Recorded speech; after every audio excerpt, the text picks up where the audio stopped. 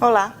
Começamos agora o programa Cidadania em Debate, uma iniciativa do Tribunal Regional Eleitoral de Mato Grosso em parceria com a TV Assembleia. Hoje nós vamos falar de finanças, como equilibrar os gastos, quais são os melhores investimentos e como sair do período de crise. Para responder esse, entre outros questionamentos, convidamos o educador financeiro Marcelo Rubles. Marcelo, muito obrigado pela sua participação. Eu agradeço pelo convite. Marcelo, qual que é o trabalho desenvolvido pelo educador financeiro? O que te levou a começar a atuar nessa área? Andréia, eu sou de Goiânia, de uma família muito humilde. E sempre ouvi da minha mãe: meu filho, você tem que estudar, formar, passar em um concurso. E assim eu fiz. Durante muitos anos estudei e quando foi 2005 eu passei no concurso público. Só que os meus pais não me ensinaram a cuidar do dinheiro. Eu não tive educação financeira. E aí passo um concurso, servidor público federal, começo a ganhar bem. 3 anos depois, 2008, eu estava completamente endividado. Eu cheguei a ter uma dívida de R$250 mil. Tive que entregar minha casa, carro financiado. Eu fui morar em uma kitnet que eu tinha um amigo me deu uma geladeira, um amigo deu um fogão e assim foi. E depois disso, eu aprendi a cuidar do dinheiro. Eu tive que revisar tudo que eu fazia com as minhas finanças pessoais. E foi um processo de aprendizado. Então, depois de alguns anos, quando eu saí dessa fase, quitei minhas dívidas, já tinha virado um investidor que aplicava dinheiro todo mês, eu percebi que tinha muitas pessoas nessa situação, endividadas, principalmente funcionários públicos. E eu falei: vou ajudar esse pessoal. E foi quando eu me tornei educador financeiro. Então, é até uma missão de vida. E eu ajudo através de cursos, palestras, atendimentos, que são os coaches financeiros. Então, isso me ajuda muito, saber que a pessoa não vai passar o que eu passei. Vamos começar falando de janeiro. Eu acho que é o mês, né, do ano mais complicado para o cidadão financeiramente. É o mês que nós temos IPTU, rematrícula na escola, compra de material escolar, além, é claro, dos gastos, né, da chegada da fatura do que a gente gastou no final, nas festas de final de ano, Natal, Ano Novo, né? E muitas pessoas chegam nesse mês endividadas, né, tendo uma despesa muito maior do que o recurso disponível. O que eles erram? O que faltou? Planejamento? Andréia, é um hábito, né, no final do ano, das pessoas gastarem com presentes, de fazerem festas. Só que, quando vem no mês seguinte, o mês de janeiro, várias despesas vêm, que são essas que você está falando. E como muitas pessoas não se preparam, elas acabam sendo surpreendidas por essas despesas que não são novas. São despesas que já existem e todo mundo sabe que existe, mas muitas vezes não se prepara. Agora, o que eu devo fazer? É ter um orçamento real das suas despesas. Só que esse orçamento, o ideal é que ele seja do ano todo. Então, quando você tem um planejamento para o ano todo, você consegue visualizar: olha, em tal mês eu tenho IPTU, então eu vou poupar aqui agora. Ou daqui 3 meses eu vou ter que pagar o IPVA do carro, então eu não vou gastar todo o meu salário agora. Mas como brasileiro, nós cuidamos do dinheiro pensando mensal, então eu ganho o meu salário, pago as despesas do mês. Eu não penso nas despesas que vão vir depois. Então, qual que é a minha sugestão? Faz um orçamento do mês, um orçamento realmente o que você gasta e vai replicando esse orçamento para o mês posterior, de modo que você vai fazendo os ajustes. Quando chegar no final do ano, você já tem um planejamento do ano todo e aí você repete para o ano seguinte. É uma forma de você não viver esses problemas que as pessoas vivem agora. E aí entra a segunda parte. O que fazer se a pessoa realmente agora está com esses problemas? Tem que gastar na escola e não tem o dinheiro. E para isso, André, tem algumas etapas que a gente pode fazer. Por exemplo, tem filho? Tenho. Vamos imaginar, uma pessoa que está nos ouvindo, né? Você já ensinou educação financeira para o seu filho? Fala com ele sobre o dinheiro? Falar sobre dinheiro, André, não é falar só teoricamente lá na escola. A gente tem que viver isso no nosso dia a dia. E nós aprendemos através do exemplo, da prática. Então, qual que é a primeira sugestão que eu dou? Pega seu filho, pede para ele entrar em contato com outras crianças da escola dele e verifica: será que dá para trocar alguma coisa? Trocar um lápis, trocar uma bolsinha, alguma coisa seu filho pode conseguir. Já é uma forma dele praticar a educação financeira no dia a dia dele. Você dá oportunidade para ele. Feito isso, vamos para a segunda fase, Que aí é quando nós sempre vemos mães se unindo, ou pais também, para trocar livros na escola, verificar quais outros filhos que estão sobrando e que podem trocar com eles. Então faz aquele trabalho coletivo. Algumas escolas já estimulam isso. Se a escola não estimula, pega as mães lá e começa a fazer isso entre elas. É uma forma de você economizar também. Terceira parte, fez tudo isso? Reuniu os pais? Muitas vezes vocês vão ter que comprar algumas coisas a mais. Por que não compra junto? Então reúne os pais e compra em atacado. Vai em um local que faz um preço mais barato. A barganha é muito melhor. E aí algumas pessoas me perguntam, mas vem cá, eu pago no dinheiro ou pago no cartão? Depende. Vai te dar um bom desconto? Então paga no dinheiro, não tenha dúvida. Não vai ter nenhum investimento que vai compensar você deixar o dinheiro guardado do que esse desconto. Então paga à vista e faz essa compra tranquilamente. Aí você fala, não, Marcelo, mas além disso, não teve como. O que eu posso fazer? Pega aquela lista de material escolar e vai lá na escola. Será que tem alguma coisa que dá para cortar lá? Às vezes tem muitos itens lá que não são necessários, que a escola põe, mas se você negociar com a escola, dá para cortar um item ou outro. Você já dá uma economia. Aí você fala, mas não deu, a escola falou que são todos, o que eu posso fazer? Será que eu tenho que comprar tudo em janeiro? Será que eu não posso comprar um pouco em janeiro agora, eu entrego, e esse restante eu compro posteriormente, daqui 2 meses, 3 meses? Por quê? Nas papelarias já vai ter baixado. As pessoas já não vão estar procurando como janeiro. A procura é muito grande, automaticamente o preço sobe. Outro ponto, posso comprar pela internet. Agora, os pais às vezes não vão comprar que não vai dar tempo de chegar. Mas se eu puder fracionar isso ao longo do ano, eu compro na internet muito mais barato. Claro, observando a questão do preço do frete. Se o frete for em conta, você fazendo as contas, você pode comprar. Então, com essas dicas básicas, os pais podem economizar e minimizar. Porque se ele gasta muito agora em janeiro, isso pode prejudicar todo o ano dele. Porque ele não cuidou lá em dezembro e se prejudicou agora. Então, podemos afirmar assim, utilizar o 13º salário. Geralmente as pessoas se recorrem, né, ao 13º salário para quitar as dívidas de janeiro. Não é a saída ideal, né? Não é. O orçamento, André, ele é muito importante. O orçamento, em que sentido? De saber quanto que eu ganho, quanto que eu gasto. Porque aí você pode ter várias saídas. Vamos imaginar alguns servidores que estão sem receber, alguns funcionários de empresas que não estão recebendo. Aquele dinheiro que ele tem lá, muitas vezes vai servir para ele aguentar esses meses, até que o pagamento saia, até que o pagamento se regularize. Se ele pega esse dinheiro e vai comprar lá, pensando assim, estou comprando com desconto à vista, é um grande problema para ele, porque vai faltar dinheiro para o dia a dia e o que ele vai fazer? Cheque especial, cartão de crédito, consignado, então ele vai gerar um problema. Então nessa hora tem que ter uma sabedoria muito grande. Eu realmente vou ter dinheiro nos meses seguintes? Vou. Então eu vou conseguir. Tem desconto? Vou pagar à vista. Agora, não, meu salário está atrasado, eu não sei quando eu vou receber. Então não compre isso à vista. Às vezes é melhor você parcelar num valor fixo, sem juros, e deixa essa reserva que não vai gastar de uma vez. Meu salário está em dia, vou pagar o IPVA, tem um desconto muito bom. Aí eu não vou deixar parado, foi o que eu falei anteriormente. Pego esse dinheiro e faço. De modo geral, se você puder pagar à vista, vai ser ótimo, porque o desconto vai ser muito bom. Agora, se não tiver como, se vocês têm outras situações, às vezes é melhor parcelar, diminuir, do que ficar devendo depois. Marcelo, hoje o servidor público em especial, mas a sociedade inteira, ela é bombardeada por essas operadoras bancárias que ficam oferecendo empréstimo.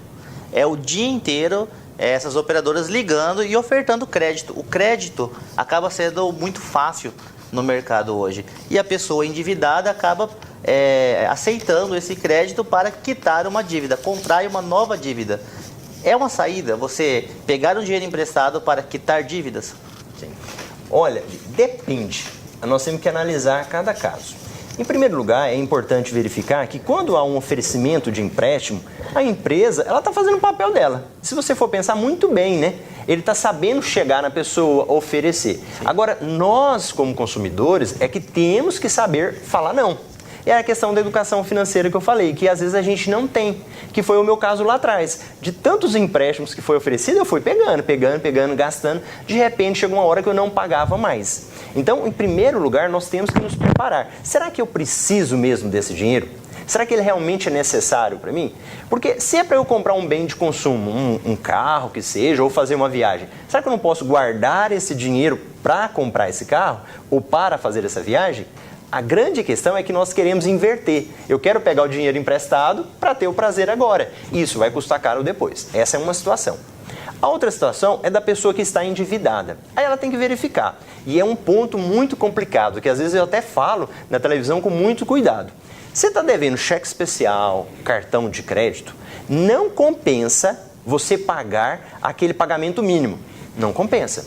Cheque especial não compensa pagar os juros. Por quê? Virou um valor exorbitante. Sim. Então, às vezes, a pessoa vai pegar um dinheiro emprestado para pagar ali e vai virar uma bola que ela não vai dando conta. Aí, quando é amanhã, ela já não consegue pagar esse empréstimo, pega outro para pagar ele. Então, o que ele precisa fazer? Organizar o seu orçamento. Será que o problema é ela não estar gastando a mais? Porque quando a gente gasta mais do que ganha, é como se estivesse pingando, né? Aquele pingo que está caindo ali, ele vai crescer. Então, amanhã, ele está endividado novamente e ele não sai desse ciclo, porque ele não foi na origem do problema. Pegar um empréstimo com taxas mais baratas não resolve o problema. O que precisa é você organizar seu orçamento. O que eu ganho, eu gasto? Sim. Agora eu vou olhar. Eu tenho um empréstimo que eu não estou conseguindo pagar? Não. Então será que eu consigo fazer uma troca de empréstimo, uma portabilidade? Vou até explicar o que é isso. Portabilidade? Portabilidade, que existe. De um banco para outro. Isso. Ó, nós tivemos há alguns anos a portabilidade dos telefones celulares, você lembra? Sim. Então eu pego o meu número, que era de uma operadora, levo para outra operadora com o mesmo número. Era portabilidade. Isso aconteceu também nas instituições bancárias. Então eu tenho um empréstimo no banco A, eu pego esse empréstimo e levo para o banco B. Só que eu não levo o mesmo empréstimo. Eu só faço isso se eu tiver uma taxa de juros menor e se eu for pagar em menos meses. Então, para quem está devendo, é uma solução também fazer uma portabilidade. Tem que fazer essa análise. Entendi.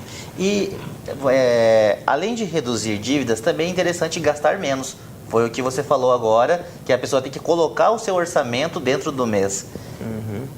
Todo mundo hoje tem um carro, tem uma moto e nós tivemos novas e novas ferramentas tecnológicas, como o Uber, o 99 Pop, que são e até mesmo caronas compartilhadas.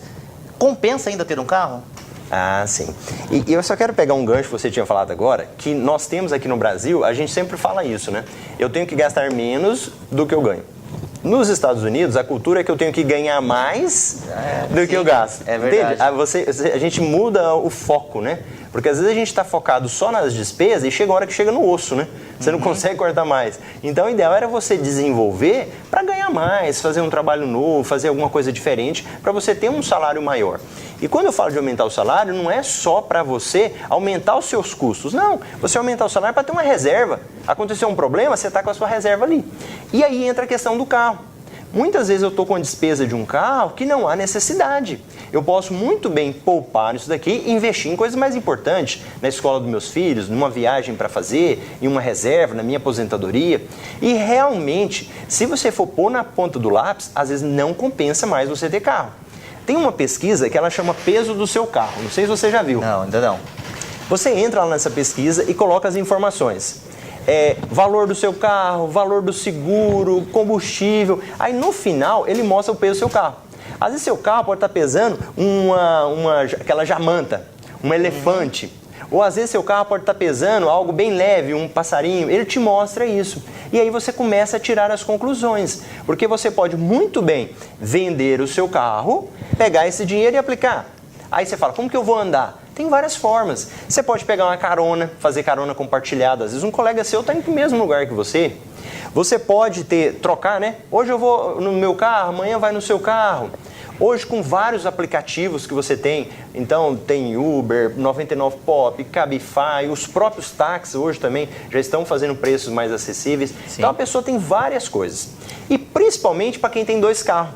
Então às vezes compensa, você vende um carro e fica só com um. E aí, digamos que fica com a sua esposa. Porque mulher é que manda, né? Eu vou confidenciar que na minha casa aconteceu isso. Nós vendemos um carro e estamos com um. Eu vou precisar fazer um breve... O assunto está super interessante, mas eu preciso fazer um breve intervalo. Você que está conosco, não saia daí, que é rapidinho.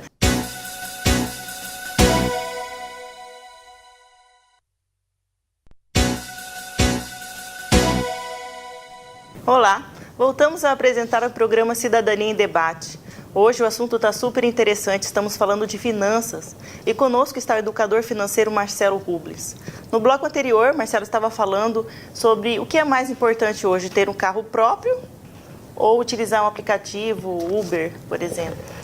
Então, Andréia, nós precisamos fazer contas e parar para analisar. E isso não pode ser feito, por exemplo, só pelo marido ou só pela esposa. Os dois têm que sentar e fazer essa análise. Em alguns casos, realmente, não compensa mais você ter 2 carros. Ou, às vezes, um carro só não compensa mais. Em grandes cidades, as pessoas já estão andando de VLT, que no nosso caso Cuiabá não tem, outros andam de metrô, de ônibus. Então Cuiabá ainda não tem toda essa estrutura. Às vezes, se você tem 2 carros em casa, compensa ter um carro e o outro você vender. Pega esse dinheiro, investe e ele vai estar rendendo juros para você todo mês. E aí você tem várias alternativas que você pode utilizar. Que aí eu estava falando, a carona compartilhada, com às vezes uma pessoa que trabalha no mesmo local.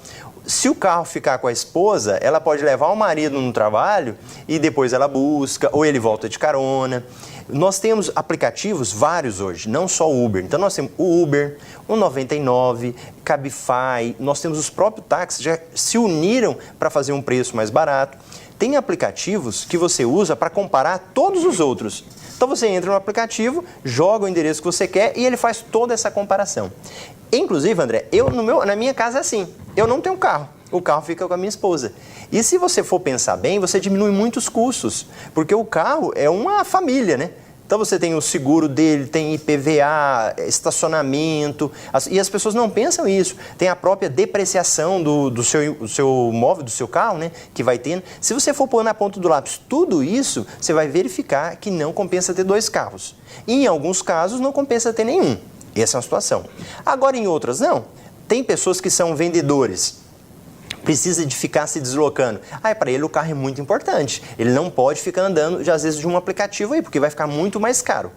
Tem que fazer conta, tem que parar, fazer conta, verificar, porque o brasileiro é muito apaixonado por carro. O carro, na realidade, ele é um status. Então, a pessoa, às vezes, falar para ela não ter carro, ela vai ficar super mal. Então, como eu estou falando, às vezes tem um carro só, não tem 2. É importante fazer essa análise. Eu conheço pessoas da Europa que quando vêm no Brasil, eles falam, vocês trocam carro demais, porque lá o carro fica 8 anos, 9 anos. Aqui no Brasil, 3 anos, o carro está velho. Seguindo esse mesmo raciocínio, então, compensa mais, mesmo diante dos financiamentos imobiliários que são consideradas, as taxas de juros são consideradas baixas. Ainda é melhor se eu tenho dinheiro, né, parte do dinheiro para adquirir um imóvel. Eu investir ou eu comprar uma casa própria? Uhum. Qual é o teu conselho nesse caso? André, aí nós tocamos numa parte que é dos principais sonhos do brasileiro. O principal sonho dele é ter a casa própria e viajar quando ele aposentar. Eu vou falar dos 2, tem outros também. Então, quando a gente fala de casa própria, às vezes é um assunto delicado porque ele toca num sonho da pessoa. Só que se a pessoa ela partir um pouco mais para o racional, ela pode chegar à conclusão que não compensa ter mais o imóvel. Vamos dizer assim que é um pensamento hoje um pouco mais moderno, um pensamento um pouco mais diferente. Porque as pessoas, principalmente os jovens, eles não vão se apegando mais. Então, hoje a pessoa às vezes ela mora no centro e tem um imóvel. Digamos que ela arruma um emprego que é bem mais longe. O que ela faz? Ela vende aquilo ali e vai embora. Só que na realidade não é mais vender. Quando você mora de aluguel, você entrega e vai para o outro. Então nós começamos a ter uma cultura das pessoas não quererem mais ter casa própria por causa de uma série de dificuldades, de empecilhos. Então se você fala, não, eu quero comprar a minha casa. Então tá bom, você comprou. Se você precisar de vender aquela casa, você vai verificar que é difícil. Hoje mesmo o mercado de imóvel, ele está começando a melhorar, mas durante um grande tempo você não conseguia vender. E se a pessoa não vende, o que ela faz? Ela quase que entrega de graça, por um preço bem menor. E aí, o que é o meu raciocínio que eu gosto de utilizar muito, eu utilizo até para mim? Eu quero ter o dinheiro do imóvel, mas não o imóvel. Então, se você, por exemplo, vai fazer um financiamento, vamos imaginar que custa aí R$3 mil de financiamento. Se naquele mesmo imóvel você consegue alugar, vamos imaginar, por 1.700, esses 1.300 que sobra, o que você faz? Você guarda ele. Então você paga 1.700 de aluguel e guarda 1.300 e vai fazendo isso. Em menos anos, geralmente o financiamento é de 30 anos, 25 anos, com certeza, às vezes em 10 anos, 15, você já tem o dinheiro para comprar o imóvel e não vai estar financiado lá. Entendeu a lógica? Entendi. E uma coisa muito interessante, André, também é um fator psicológico. Quando a pessoa faz o financiamento, ela meio que gera um comodismo. Comodismo como? De pagar só aquela parcela ali. Ela paga aquela parcela, a vida dela está ali. Quando ela está poupando dinheiro, às vezes isso motiva ela a guardar um pouco mais, a trabalhar um pouco mais, que vê o capital aumentando. E com o capital aumentando, você pode fazer o que você quiser. Você pode pegar esses juros e pagar o aluguel do local que você mora. Não precisa comprar. Você pode fazer muito mais coisas. E o brasileiro tem que começar a pensar que não é só imóvel. E quando você aposentar, o que você vai fazer? Vai viver de quê? Às vezes só a aposentadoria pública, ela não é suficiente. E se você tem esse dinheiro que te rende juros, vai ser muito melhor. Você está morando e ainda tem juros. Porque nós temos muito bloqueio, né? Às vezes a pessoa está ouvindo e fala, não, mas a casa é minha, estou morando na minha casa própria. Mas o que adianta? Você está morando na sua casa, às vezes não está dando conta das suas despesas. E também, André, quando a pessoa adquire um imóvel, às vezes ela pensa que é só o valor da parcela. E não é bem assim. Você comprou um imóvel, às vezes você vai ter que fazer uma reforma, você vai ter que comprar móveis para mobiliar, você vai aumentar os seus custos de energia, de água, às vezes alguém que trabalha com você. Comprou imóvel, tem a própria escritura. Então são despesas que as pessoas têm que pensar nisso também, para depois não virar uma dor de cabeça. Quando eu falei que eu tive problema financeiro, uma situação foi essa. Eu comprei uma casa, eu tive que reformar metade da casa depois. E aí, quando eu estava em crise, eu tive que vender. Eu também quase entreguei meu imóvel, porque eu não me planejei. Então, hoje o que eu falo é o que eu vivo e o que eu já vivi. Marcelo, você falou que o brasileiro tem 2 sonhos. Um é a casa própria, que a gente viu agora que talvez não seja o melhor dos sonhos. O outro é viajar. E para viajar, existe alguma forma de economizar? Existe uma estratégia que você possa visitar mais locais e que de uma forma ficar dentro do orçamento? Sim. Então, Dini, essa questão da viagem é interessante, né? Que as pessoas, às vezes, eu falo isso até do meu pai, ele falava assim, ó, quando eu aposentar, eu quero viajar para o Nordeste. Então, muitas vezes, a pessoa, ela deixava para viajar muito para frente. E às vezes quando chega naquela fase, ela já não tem mais saúde, já não consegue se locomover tão tranquilamente, ela acaba não aproveitando. Então viajar realmente é interessante você fazer isso antes na sua vida. Sim. Porque quando você viaja, você revigora, você volta muito mais animado, animada, então realmente é bem interessante. Só que é como eu falei agora mesmo, às vezes a gente quer inverter, eu quero ter o prazer antes da dor. O que seria a dor? De guardar o dinheiro. Não deixa de ser uma dor, que você vai deixar de gastar com uma coisa para guardar para outra. Só que essa outra que você está guardando vai ser muito mais prazerosa. Então a grande sacada é você começar a guardar antes. Agora, para guardar, o que eu preciso? Senta quem vai viajar a família e vamos começar a planejar. Aí começa, para qual cidade que eu vou viajar? Ah, eu vou para o Nordeste, eu vou para o Sul, vamos imaginar, sei lá, eu vou para Maceió, por exemplo. O que eu sugiro para as pessoas? Vão para o YouTube. Como assim para o YouTube? Vai começar a namorar, vai começar a conhecer aquela cidade, ver quais são as praias que você pode visitar, os restaurantes que você pode ir, o avião, da onde que você pode sair. Quando você está fazendo isso, você já está montando um planejamento. E aí você consegue montar o planejamento, o mês que você vai, quanto que você vai gastar, quem vai. Montou o planejamento? Montei. O que eu faço agora? Começa a poupar todo mês o valor para essa viagem. Então, esse já é um caminho. Aí você fala, Marcelo, mas lá eu consigo fazer algumas coisas mais baratas? Consigo. Será que eu tenho que viajar só e ficar em hotel? Não. Hoje em dia tem outras formas. Tem um site que chama Airbnb, que nesse site você tem imóveis do mundo todo. É como se fosse um aluguel de uma casa para mim. Então eu alugo uma casa e fico comigo. Você pode fazer isso. Você tem opções de aluguel de carro, que aí vai evitar de você ficar andando lá através de outros transportes. Então, Airbnb, aluguel de carro, no próprio sistema de passagem aérea, hoje você tem sites que fazem várias comparações. Você pode colocar um alerta de preço, e aí o dia que chegar no preço que você quer, você vai lá e compra a passagem. Então você tem vários mecanismos, mas só quem monta o planejamento é que descobre essas estratégias. Enquanto a pessoa fica só esperando, ela não vai descobrir nunca. Mas o dia que você vai planejando, você assiste o vídeo, o cara te dá uma dica aqui, assiste outro, te dá outra dica ali. Então, esse é um dos caminhos. Uma dessas dicas que eu acompanhei na internet é o stopover, que a pessoa ela pode fazer uma viagem e fazer uma parada maior em alguma cidade. Como que a pessoa pode utilizar isso para conhecer mais destinos? O stopover é fantástico, principalmente para quem vai fazer viagem para o exterior, geralmente para a Europa. Então, digamos que você vai fazer uma viagem para a Itália. Quando você vai comprar a passagem, você não precisa comprar diretamente para a Itália. Ele vai te dar algumas opções de você parar em alguns países. Só que essa parada não é aquela parada para uma conexão de 1 hora, 2 horas. Geralmente você pode ficar até 2 dias. Isso. Então nós temos o caso da Itália que para em Portugal. Então você compra a passagem, desce em Portugal, fica 2 dias passeando, volta para o aeroporto e pega não o mesmo avião, né? Mas no caso o mesmo voo para a cidade que você quer. Às vezes tem 2 cidades, dependendo, né, que faz. E o valor, ele pode ficar até mais barato. Ou às vezes o valor empatar. Então, sim, é uma forma de você conhecer vários países e de forma barata. Se você entrar em alguns sites, inclusive o Google Flight, é um local que você consegue fazer isso. Você joga lá e ele te mostra onde que são as paradas. E você verifica a cidade que vai parar, o período que vai ser e compensa muito. Hoje nós estamos falando de viagens, então quem está viajando, teoricamente fez o dever de casa, economizou e na última hora decidiu não viajar. Achou que o melhor caminho é investir.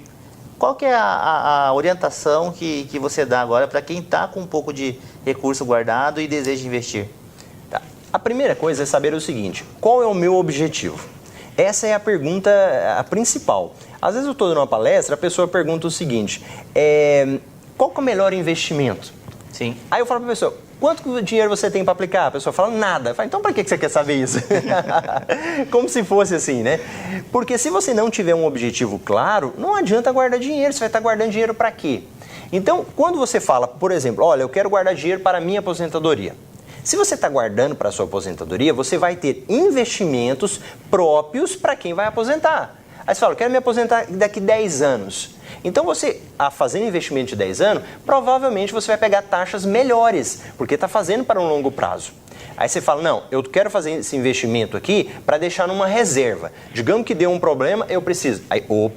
Aí já é um outro investimento. Aí você vai colocar em um investimento de liquidez. O que é liquidez? Posso sacar a qualquer hora. Agora, se eu não sei o meu objetivo, alguém fala para mim: aplica nesse investimento aqui que ele é muito bom, você vai ganhar uma taxa boa. Aí seu dinheiro tem que ficar parado lá 5 anos. E se você precisa desse dinheiro amanhã? Eu já tive clientes que aconteceu isso. Precisaram do dinheiro, o dinheiro estava preso. Durante 3 anos ele não tinha como mexer. Aí para onde que vai? Foi empréstimo, cheque especial, consignado. Então, para investir, define o objetivo. O que eu quero? Carro, viajar, o que seja. Para quando que eu quero esse dinheiro? Aí você tem que saber isso. Não, eu quero pegar esse dinheiro daqui 2 anos, daqui 3 anos. Porque de acordo com o seu objetivo e o prazo que você tem, você escolhe o melhor investimento. Então eu vou fazer uma pergunta prática. Nós estamos nesse momento vivendo uma discussão nacional que é a reforma da Previdência. E existe as pessoas, elas estão um pouco sem saber para onde ir. A Previdência privada aponta ser o caminho. É o melhor caminho? As pessoas têm que parar e analisar efetivamente a previdência privada ou existem alternativas? Então, é o seguinte, depende. Por que depende? Nós temos que fazer o dever de casa. O feijão com arroz que eu falo. O que é o feijão com arroz? É tirar uma parte do que eu ganho e reservar. E investir esse dinheiro. Se eu não faço isso, não adianta eu ficar preocupado com as notícias se eu não estou fazendo a minha parte. Então as pessoas elas têm que preocupar com isso. Segundo, o INSS, por mais criticado que seja, ainda é o melhor plano de previdência. Aí você fala: mas melhor? Como assim? Ele tem benefícios que outros planos não te oferecem, nem a previdência privada. Auxílio maternidade. Você pode procurar qualquer tipo de plano paralelo que você não vai ter auxílio maternidade. O INSS já tem. Auxílio doença. O INSS te oferece, outros não. Outros oferecem o quê? Um seguro, mas que às vezes não vai te pagar durante aqueles 30 dias ou 40 dias que você vai ficar parado. Então, dependendo da situação da pessoa, o poder aquisitivo, continue com o INSS, continue pagando. Agora, tem alternativa, ou outra coisa a mais? Aí tem. E a previdência privada não necessariamente vai ser boa para a pessoa. Isso vai depender do tipo de trabalho que ela tem, do tipo de renda. Digamos que ela paga imposto de renda. Aí compensa às vezes fazer uma previdência privada. Aí qual a modalidade? Aí ela vai verificar qual é, porque geralmente tem 2 modalidades lá. Dependendo do que a pessoa trabalha, não compensa colocar o dinheiro na previdência privada. Compensa colocar num tesouro direto, por exemplo, para ela resgatar daqui 10 anos. Então vai ter que analisar o caso concreto. Mas de qualquer forma, a pessoa precisa guardar dinheiro todos os meses. Isso é indiscutível. Marcelo, nosso tempo acabou. Tem muitos questionamentos que ainda gostaríamos de fazer, então eu espero encontrá-lo em uma outra oportunidade. Fica um pré-convite. Obrigado. Para você que está conosco, eu espero que tenha sido proveitoso e espero revê-los em breve no próximo programa. Obrigada.